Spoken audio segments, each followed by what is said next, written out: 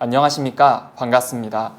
저는 초등학교 교사로 일하고 있는 임찬양이라고 합니다. 오늘 이번 영상에서는 임용고시 합격 후 발령을 기다리고 있는 많은 선생님들과 이제 막 학교에서 생활을 시작하는 신규 교사 선생님들, 그리고 교직을 꿈꾸고 계신 많은 예비 교사 선생님들이 도움을 얻으실 수 있는 다양한 실무적인 정보들에 대해 말씀드릴까 합니다. 이번 영상을 통해서 많은 선생님들이 도움을 얻으실 수 있었으면 좋겠습니다. 먼저 임용고시를 합격하게 되면 거치게 되는 과정에 대해 말씀드리겠습니다. 임용고시를 합격하게 되면 먼저 신규 교사 연수를 받게 됩니다. 지역 교육청별로 상이하기는 하나 보통 온라인, 대면, 그리고 숙박형 등의 다양한 방식으로 교사들이 갖춰야 할 업무 역량에 대한 연수를 받게 됩니다.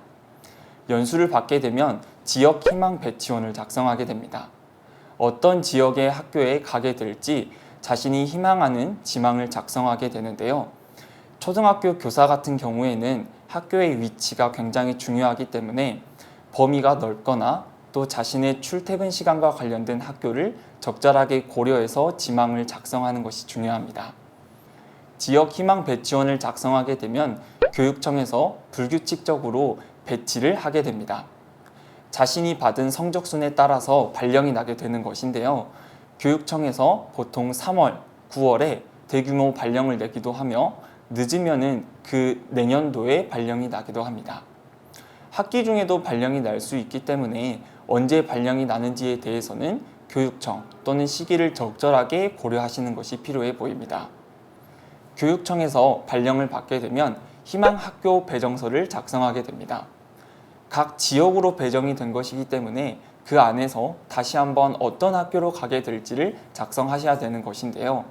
희망학교까지 작성 완료가 끝나게 되면 각 학교의 인사 담당자인 교감 선생님 또는 교무행정사님과 이야기하여 앞으로 자신이 수행해야 될 업무에 대해 인수인계를 받게 됩니다.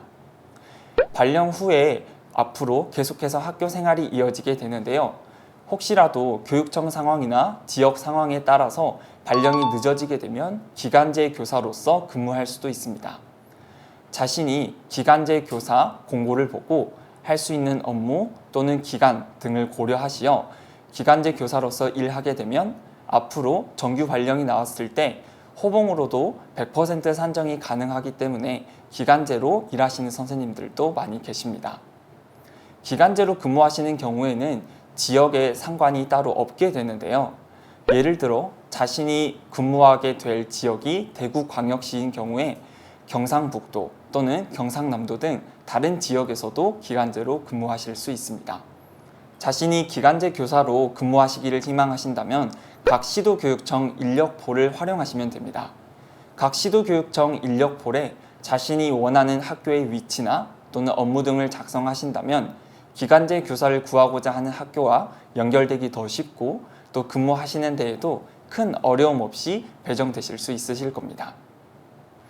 다음으로 신규 교사 선생님들께 도움이 되실 수 있는 다양한 실무적인 정보들과 사이트에 대해 소개해 드리도록 하겠습니다. 먼저 여러분들이 가장 많이 사용하게 될 사이트는 업무포털이라는 사이트입니다.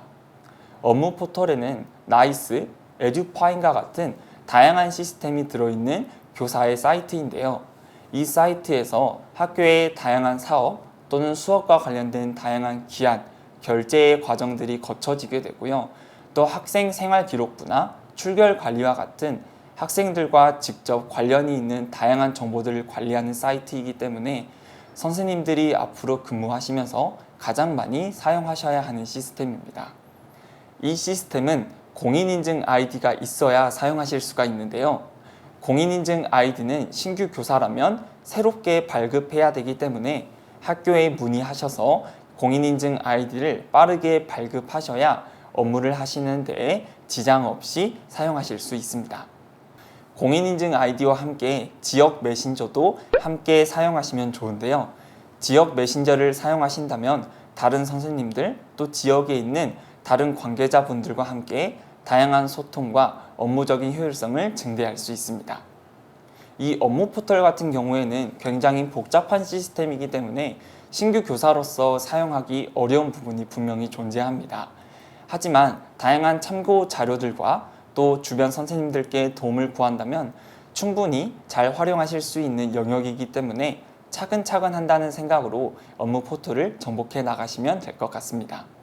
이 외에 도움이 되실 수 있는 사이트들에 대해 소개해 드리도록 하겠습니다. 초등교사 선생님이라면 가장 많이 사용하는 인디스쿨이라는 사이트가 있습니다.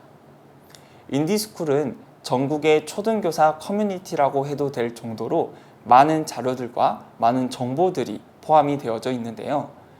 인디스쿨은 교사가 인증되어야만 가입할 수 있기 때문에 더 다양한 정보들과 다채로운 정보들을 얻으실 수가 있습니다. 자신이 모르는 내용이 있거나 또 수업에서 필요하신 자료가 있다면 인디스쿨에서 얼마든지 받으실 수가 있고요. 인디스쿨에서는 다양한 수업 자료를 얻으실 수 있을 뿐만 아니라 자신이 모르는 영역에 대해 질문하거나 상담하는 것 또한 가능합니다. 따라서 주변 선생님들도 인디스쿨을 굉장히 많이 활용하시고 또 인디스쿨에 있는 자료를 기반으로 새로운 교육적 자료를 재생산하는 과정도 이루어지고 있습니다. 이 외에 각 분야에 특성화된 선생님들이 운영하시는 블로그가 있습니다. 요새 다양한 선생님들이 다양한 영역에서 여러 가지 교육적인 내용들에 대해 운영하시는 블로그가 있는데요. 해당 블로그에서 독서교육, 경제교육, 미술교육 등 다양한 자료들이 포함되어져 있어 각 선생님들의 블로그를 사용하신다면 많은 자료를 가지고 학생들과 수업하시는 데에 더 효과적으로 적용할 수 있을 것입니다. 다음으로 설명드릴 내용은 T솔루션이라는 사이트입니다. 저는 개인적으로 T솔루션 사이트를 애용하고 있는데요. T솔루션 사이트에는 각 교과서에서 만들어지고 있는 다양한 수업 자료들과 창의적 체험활동과 관련된 자료들, 그리고 아이들이 교실에서 사용할 수 있는 다양한 놀이, 교실체육과 같은 내용들도 포함되어져 있습니다. 따라서 앞에서 말씀드린 다양한 사이트를 이용하신다면 선생님들이 수업을 운영하시거나 학급을 운영하시는 데에 많은 어려움 없이 다양한 도움을 받으실 수 있으실 겁니다. 추가적으로 몇 가지 사이트를 더 소개해 드리겠습니다. 첫 번째는 패들렛이라는 사이트입니다. 대학교에서도 많이 사용해 보셨을 사이트인데요. 포스트잇 또는 문서의 형태로 다양한 사용자가 의견을 나눌 수 있는 사이트입니다.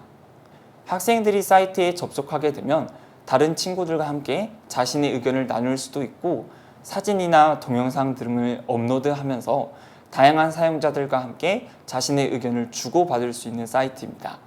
주로 토론 수업에서도 많이 사용되어지고요. 사회나 과학, 다양한 교과들에서 사용이 잘 되어지는 사이트입니다. 다음으로 소개해드릴 사이트는 클래스룸 스크린이라는 사이트입니다. 이 사이트는 전자칠판과 연계하면 더욱더 잘 사용하실 수 있는 사이트인데요. 학교에서 자주 사용하게 되는 타이머, 스톱워치, QR코드 또는 텍스트 자료 등 다양한 이미지를 효과적으로 띄우실 수 있기 때문에 학생들과 사용하시는데 또 수업에서 적극적으로 사용하신다면 편리하고 효율성을 높여주는 사이트라고 말씀드리실 수 있겠습니다. 다음으로 말씀드릴 것은 다인리라는 사이트입니다.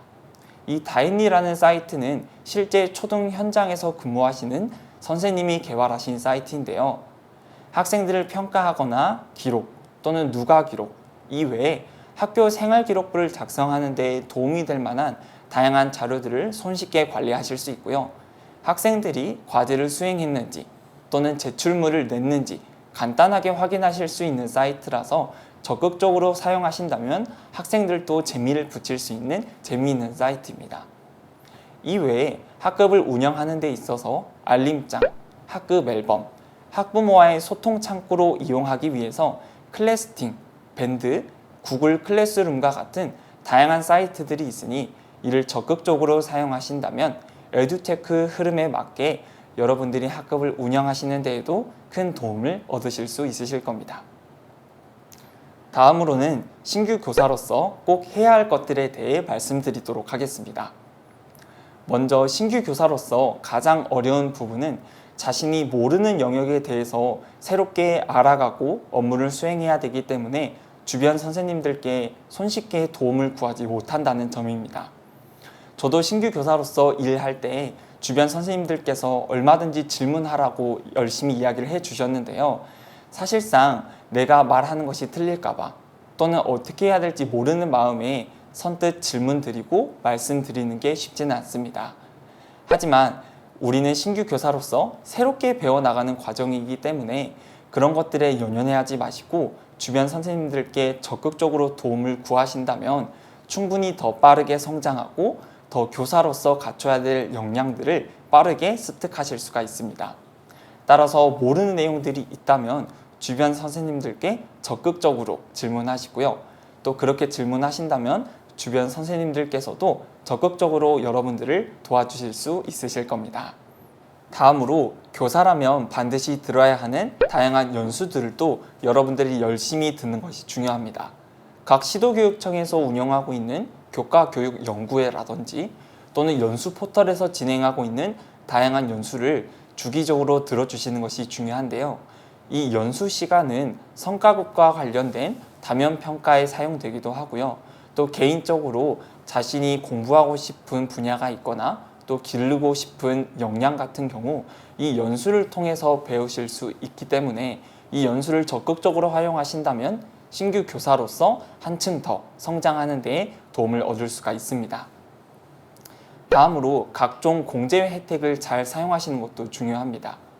교사로서 사용할 수 있는 다양한 혜택이나 공제회에서 얻을 수 있는 다양한 정보들이 있는데요.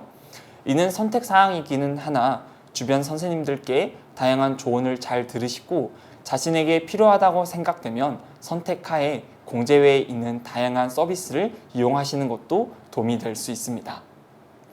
다음으로 신규 교사가 되었다면 학교 시스템에 대해서도 빠르게 습득하고 이해하는 것이 필요합니다.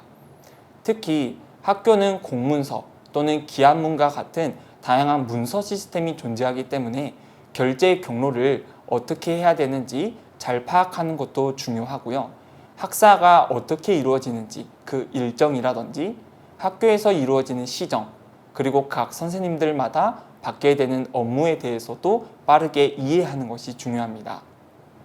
특히 교사들 같은 경우에는 학생들을 가르치는 것뿐만 아니라 각자에게 주어진 업무들도 있기 때문에 이 업무를 잘 수행해내는 것도 교사로서의 역할이라고 할 수 있겠습니다. 따라서 자신에게 주어진 다양한 업무를 어떻게 수행해야 되는지 또 전임자 선생님들께 다양한 정보와 조언을 구하셔 이 업무를 수행하는 데에도 어려움 없이 해결하셔야 할 것입니다. 또 이 과정 속에서 어려움이 있다면 앞서 말씀드린 것처럼 인디스콜과 같은 다양한 교사 커뮤니티 사이트에서 질문을 통해 도움을 얻으실 수도 있고요. 또 자신의 의견, 또 자신이 가지고 있는 정보를 더 나누신다면 교사로서 성장하시는 데 많은 도움이 되실 수 있으실 겁니다. 마지막으로 교사로서 다양한 학교 현장의 트렌드에 대해 이해하는 것도 중요합니다. 교육 현장에서 적용되어지고 있는 다양한 사업들이나 트렌드는 정말 많이 바뀌고 있는데요. 따라서 교사들도 이에 발맞추어서 발빠르게 대처하는 것이 중요합니다. 이 현장 트렌드에 대해서 잘 이해하셔야 학생들에게 계속해서 제공되는 다양한 시스템, 서비스들에 대해 이해하실 수 있고요. 또 이에 맞게 다양한 사업들을 진행하시거나 학급을 운영하실 수 있기 때문에 다양한 현장 트렌드를 발빠르게 이해하시는 것이 중요합니다. 이어서 이 현장 트렌드들에 대해 어떤 트렌드가 있는지 계속해서 말씀드리도록 하겠습니다. 먼저 첫 번째는 그린 스마트라는 키워드입니다. 뉴딜 정책의 일환으로 시작되고 있는 이 그린 스마트 정책은 학교를 리모델링 하여서 다양한 스마트 기기, 무선망 구축, 온라인 콘텐츠 등을 사용하여서 최첨단 교실을 만들어 나가는 것이 그 목표입니다.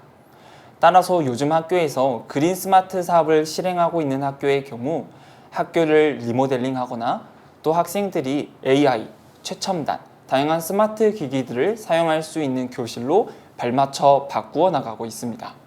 다음으로 말씀드릴 키워드는 에듀테크입니다. 이 에듀테크는 요 근래 갑자기 부상하고 있는 하나의 중요한 키워드인데요. 이 에듀테크는 다양한 온라인 플랫폼 또는 프로그램, 다양한 어플리케이션을 활용하여 학생들 교육 또는 학생들 생활 지도에 적극적으로 사용하는 것을 말합니다.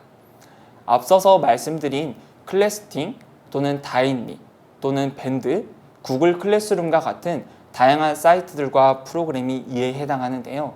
이를 적극적으로 사용하신다면 학생들을 관리하고 지도하는 데에 더 적극적이고 손쉽게 사용하실 수 있습니다. 다음으로 다문화라는 키워드도 굉장히 중요합니다. 요새 이 다문화에도 많은 초점이 맞추어지고 있는데요. 다문화와 관련된 다양한 내용들을 교과와 연계하여 수업하거나 다문화 학생들과 함께 할 수 있는 다양한 교육적 프로그램, 체험 활동들을 적극적으로 사용하고 있는 추세입니다. 다음으로 말씀드릴 키워드는 환경이라는 키워드입니다. 기후변화에 발 맞추어서 학생들이 환경 또 자연과 더불어 살아가기 위해 어떤 선택을 해야 되는지 올바른 가치관과 의견을 심어주기 위함이 그 목표인데요.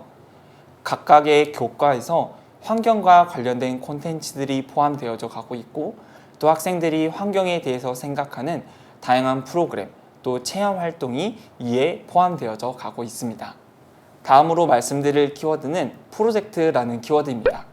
이 프로젝트는 꽤 오래전부터 교육 현장에 등장한 키워드인데요.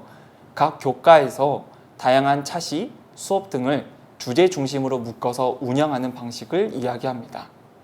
학교에서도 이 프로젝트 수업을 교사 수준 교육과정의 일환으로 많이 권하고 있고 또 학생들 사이에서도 흥미를 높일 수 있는 좋은 수업 방식이기 때문에 프로젝트라는 키워드를 잘 기억해 두시고 교육과정을 재구성하시는 데에 적극적으로 사용하신다면 아주 좋은 방법으로 사용하실 수 있으실 겁니다. 마지막으로 미래교육 그리고 메타버스에 대해 말씀드리겠습니다. 요새 메타버스라는 키워드가 굉장히 떠오르고 있는데요. 온라인 공간, 온라인 콘텐츠 등을 사용하여 학생들이 직접 메타버스와 같은 온라인 공간을 구축하고 그 안에서 다양한 활동, 교육적인 활동들을 진행하는 과정입니다.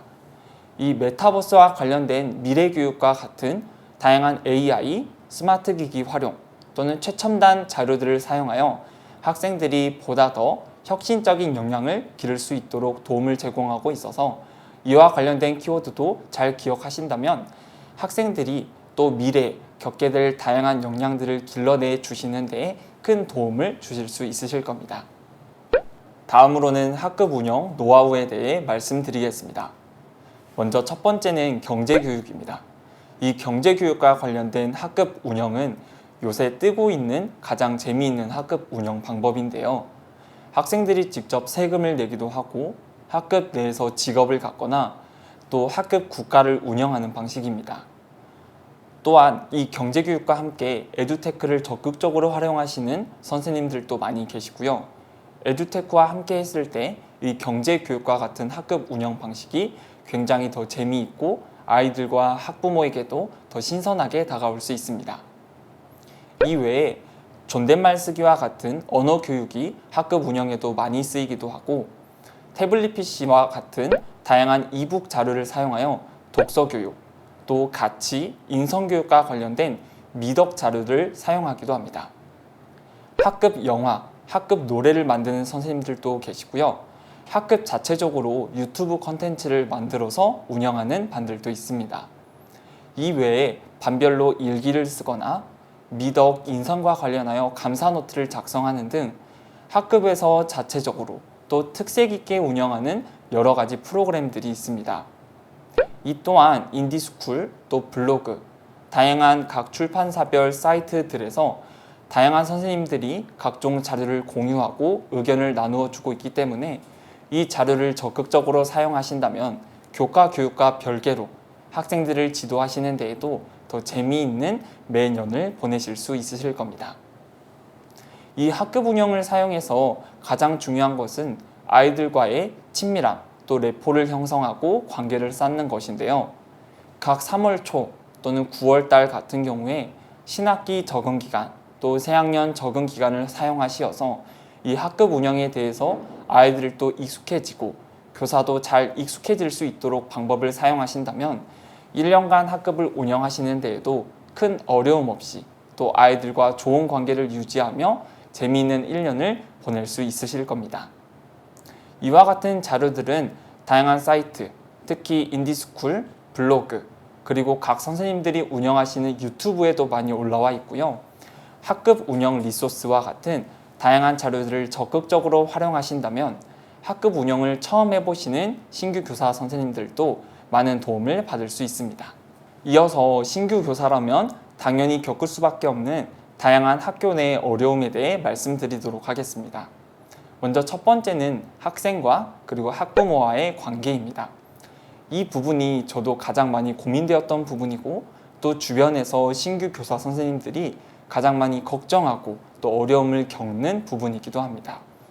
학생들과의 관계에 있어서 내가 선을 어디까지 지켜야 하는지, 또 학생들의 지도와 훈육은 어느 정도로 이루어져야 하는지, 또 학부모와의 관계에서 민원이 들어왔을 때 이 문제를 어떻게 적절하고 지혜롭게 대처해야 할지 고민하시는 선생님들이 많이 계십니다. 이에 대해서는 저 같은 경우에 주변 선생님들의 도움과 또 조언을 많이 받기도 했고요. 또 학부모와 학생과의 관계에 있어서 신뢰감을 쌓기 위해서 많은 노력을 기울였습니다.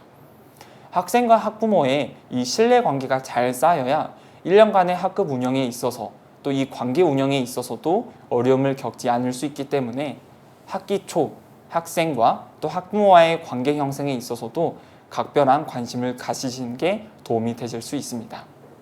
다음으로는 업무 능력과 관련된 어려움입니다. 신규 교사이기 때문에 당연히 업무를 효율적이고 또 실수 없이 진행하기도 어렵고 다양한 어려움과 부족한 점이 있는 것이 당연합니다. 따라서 이 업무를 수행하기 위해서 가지고 있는 다양한 문제점들에 대해서 주변 선생님들께 적극적으로 도움도 받아야 하고 또 이 업무를 효율적으로 수행하기 위해서 스스로도 발전하고 공부하는 것이 필요합니다. 따라서 업무 능력으로 인한 어려움은 당연한 것이기 때문에 스스로 좌절하기보다 다양한 방법들을 통해서 이 업무를 더 효율적으로 수행하기 위해 갖가지 노력을 하신다면 이 업무를 수행하시는 데에 있어서도 큰 어려움이 없을 수 있으실 겁니다. 또한 학교 내에서 문제가 발생했을 때 해결하는 과정에 있어서도 어려움을 겪을 수 있습니다.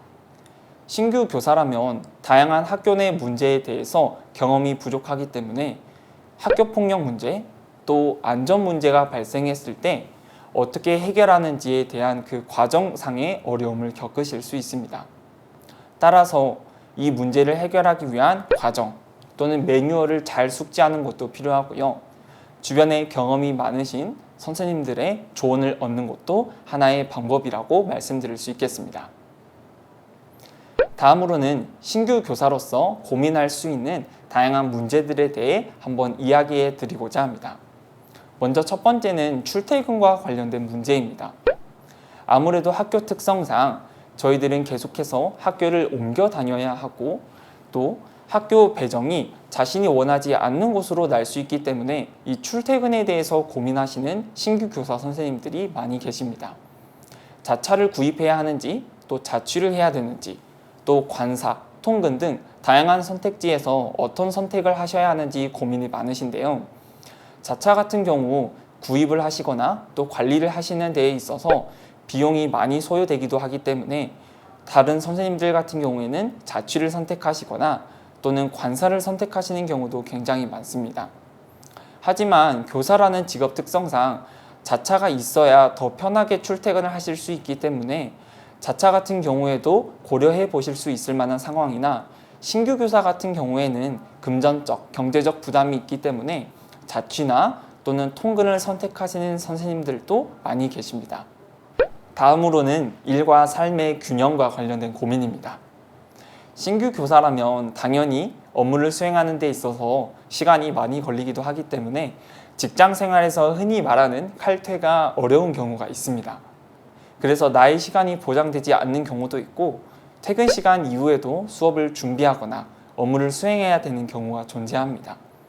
하지만 신규 교사 이후의 삶 속에서 경험을 쌓아 나가시면서 내가 어떻게 일과 삶의 균형을 유지할지 계속해서 고민하고 또 노력해 보시는 것도 필요하다고 생각됩니다. 다음으로는 학급 운영과 관련된 고민입니다. 이 학급 운영은 1년간 아이들과 생활하면서 가장 중요하다고 말씀드릴 수 있겠는데요. 이 학급 운영을 어떻게 하냐에 따라서 1년간 아이들과 생활한 결과가 달라질 수도 있고 학부모의 관계도 달라질 수 있으며 또 학생들의 성장과도 직결되는 문제이기도 합니다. 따라서 내가 어떤 학급 운영 방법을 사용할지 또 이 학급 운영 방법을 사용하는 데에 있어서 어떤 프로젝트와 어떤 자료를 사용하실 것인지 방학을 활용하여 1년간의 흐름에 대해서 고민하고 생각해 보시는 것이 필요하겠습니다.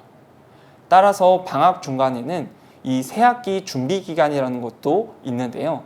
각 학교에서 1년간 흐름, 또 1년간 아이들과 생활할 공간에 대해서 구축하거나 또 수업, 학급 운영과 관련된 다양한 고민하는 시간들을 가지시는 것이 좋겠습니다. 마지막으로 나의 교육관, 나의 교직관에 대해서도 고민하시는 게 좋겠습니다. 1년간 아이들과 생활하면서 나는 아이들에게 어떤 가치를 심어주고 싶은지 또 내가 길러낸 아이들은 어떤 마음을 가졌으면 좋겠는지 아이들을 향한 나의 교육관을 갖는 것인데요. 이 교육관이나 교직관이 명확하게 구축되어 있어야 학부모에게도 나의 교육관에 대해 명확하게 설명할 수 있으며 내가 하는 활동 또 수업하는 내용들에 대해서도 다양한 근거 자료로서 사용될 수 있습니다. 따라서 아이들이 내가 어떤 방향으로 성장되길 원하는지 또 아이들에게 필요한 것이 무엇인지를 잘 고민하셔서 자신에게 필요한 또 자신이 잘 드러낼 수 있는 교직관에 대해 고민하시는 게 필요하겠습니다. 마지막으로 발령을 기다리고 계신 선생님들과 신규 교사 선생님들에게 전하고 싶은 메시지를 전달해 드리며 영상을 마치도록 하겠습니다.